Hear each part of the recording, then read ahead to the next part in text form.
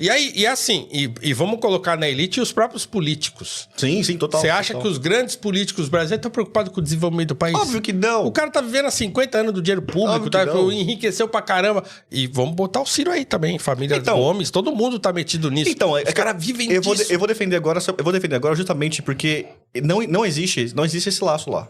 Não existe esse laço. Por exemplo, o Ciro foi eleito governador do Ceará em 1990. Ele foi eleito. Ele fundou o PSDB, junto com a galera lá, e foi o único governador do PSDB eleito. Depois ele foi convidado para ser ministro da Fazenda, durante a implantação do Plano Real, ajudou Itamar a colocar o Plano Real para rodar. Mano, ele voltou, ele foi se reeleger a governador? Não, ele foi sabe pra onde? Estudar, em Harvard. Sabe quando ele voltou a ser candidato a governador? Do estado dele? Nunca mais. Ele não voltou a ser candidato. Aí os caras perguntam, teve até uma briga esses dias lá, por causa do núcleo político lá. Os caras falaram, não, mas tem que voltar pra tentar ser governador. Ele falou, você não tá entendendo. A mudança do que eu advogo passa justamente por mim. Pra eu abrir mão, eu não tenho que ficar aqui fazendo feudo aqui, não. Mano, eu fui governador, já montei um projeto, já montei a coisa, o projeto é pra 30 anos. Eu não vou ser governador 30 anos. Mas a família dele é uma família... né? Os tais Ferreira Gomes são famosos lá e são... Então, esse discurso ele começa a surgir depois dos anos 2000. Que é as pessoas com qualificação não sendo governador. O irmão dele foi ser governador depois em 2014. Nós falamos 90.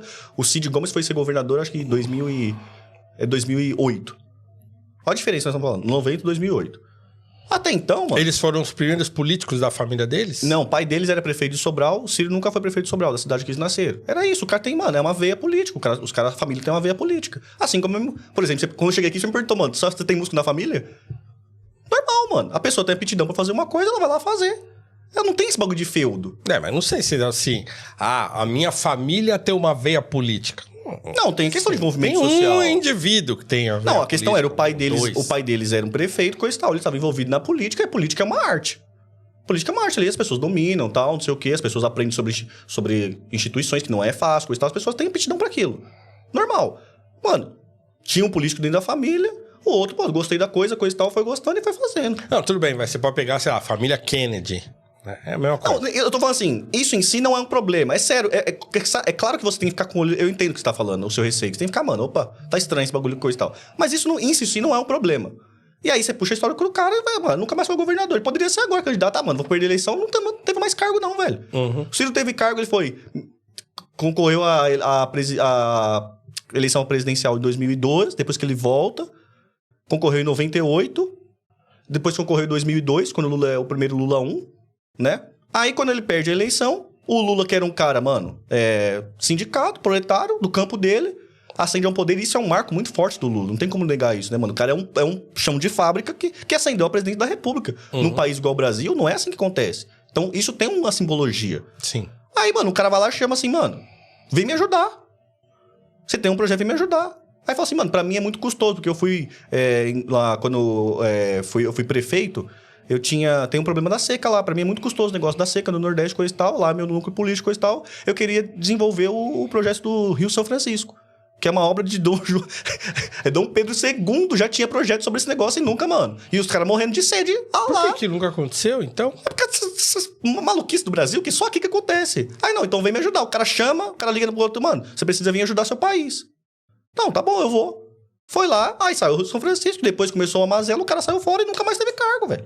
Nunca mais candidatou a nada, não. Se candidatou a presidência. Eu quero ser presidente. Eu tenho um plano de projeto pro presidente. E é isso, tá tentando ser presidente. Tentou, né? Agora parou, né? Não vai mais? Não, fala que não. Mas assim, né? Obviamente o cara tem pretensão nisso, né? Não adianta o cara negar. Ele também não nega. Mas obviamente ele tem pretensão nisso. Hoje ele fala que ele largou por causa desse processo. Esse processo de 2022 foi muito violento pra gente. A gente sofreu muita violência política mesmo, tá ligado? E... Pô, tem gente chamando... Gente de neonazista. Tá ligado? Neonazista. Você conversou comigo hoje, você acha que eu não sou neonazista? O Ciro ele recebeu esse tipo de... Caramba, de acusação, velho. de neonazismo? Eu posso falar até nome, posso falar nomes?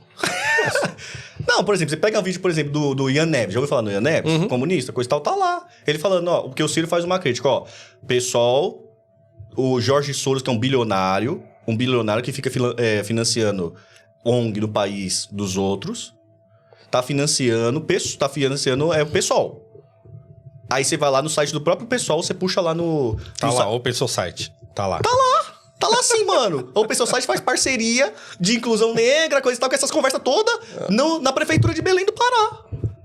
Ele falou isso aí, mano. Aí o Ian Neves abre a câmera, fala pra, mano, 200 mil jovens.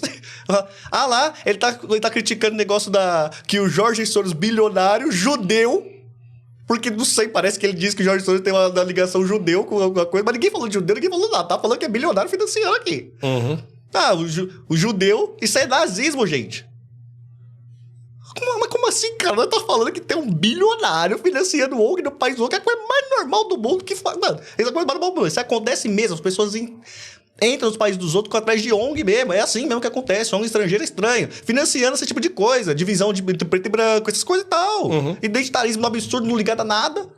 A Fundação Ford é muito responsável por essa divisão racial que se construiu no Brasil nos últimos 50 anos. Aí, a Fundação Ford tem muito envolvimento. Aí tá lá o cara falando isso, que a gente é nazista.